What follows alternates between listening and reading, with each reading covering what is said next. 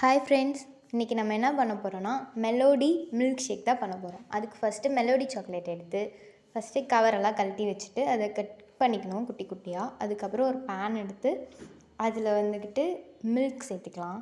அதுக்கப்புறம் மில்க் நல்லா வந்துட்டு சூடாகணும். அதில் வந்துட்டு நம்ம கட் பண்ணி வச்ச மெலோடியை வந்துட்டு அதில் ஆட் பண்ணிக்க போகிறோம். ஃபஸ்ட்டு நம்ம பால் ஊற்றிட்டோம், அதுக்கப்புறம் மெலோடி ஆட் பண்ணிக்கலாம். ஸோ அந்த மெலோடியை கொஞ்சம் கொஞ்சமாக எடுத்து உள்ளே போட்டுடலாம். ஓகேவா? இப்போ நான் இந்த வீடியோ கரண்ட்டு போயிடுச்சு ஃப்ரெண்ட்ஸ் எங்கள் வீட்டில். அப்போ தான் நான் இந்த வீடியோ எடுத்தேன். ஸோ அதனால் கொஞ்சம் டார்க்காக தெரியும், அட்ஜஸ்ட் பண்ணிக்கோங்க.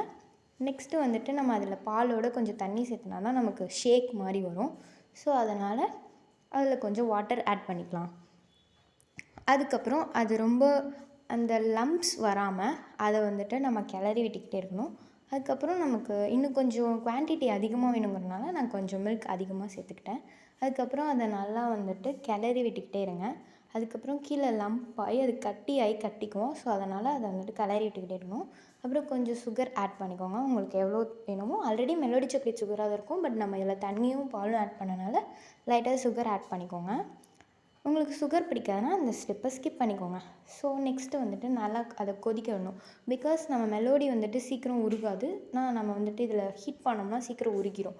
மிக்சியில் நம்ம அடித்தோம்னாலாம் நமக்கு அந்தளவுக்கு எஃபெக்டிவாக இருக்காது. ஸோ அதனால் நம்ம டேரெக்டாக குக் பண்ணுறது தான் இதுக்கு நல்ல சொல்யூஷன். ஸோ அதனால் நம்ம வந்துட்டு குக் பண்ணிக்கலாம்.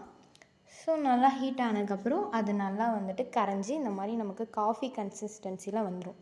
அதுக்கப்புறம் எனக்கு இன்னும் கொஞ்சம் டார்க்காக வேணுங்கிறனால நான் கொஞ்சம் மில்க் ஆட் பண்ணிக்கிறேன். இதில் நான் கொஞ்சம் அதிகமாக தண்ணி சேர்த்துட்டேன், அதனால் லாஸ்ட்டாக மில்க்கு கொஞ்சம் ஆட் பண்ணிக்கிட்டேன். செம்மையாக இருந்துச்சு ஃப்ரெண்ட்ஸ். நீங்களும் உங்கள் வீட்டில் ஒன்ஸ் ட்ரை பண்ணி பாருங்கள். எங்கள் வீட்டில் மெலோடி சாக்லேட் அதிகமாக இருந்தனால நான் இன்றைக்கி இந்த மெலோடி மில்க் ஷேக் பண்ணேன். ஸோ இதை வந்துட்டு ஒரு பவுலுக்கு மாற்றிட்டோம். இது கூலிங்காக இருக்கணுங்கிறதுக்காக அதை ஃப்ரிட்ஜில் நம்ம வந்துட்டு வச்சிடலாம் கொஞ்சம் நேரம். ஸோ ஃப்ரிட்ஜில் வச்சுட்டு அதுக்கப்புறம் இதை குடிச்சு பாருங்கள். செம்ம அல்டிமேட்டாக இருந்துச்சு ஃப்ரெண்ட்ஸ். வீடியோ பார்த்ததுக்கு தேங்க்யூ. தேங்க்ஸ் ஃபார் வாட்சிங். Bye bye.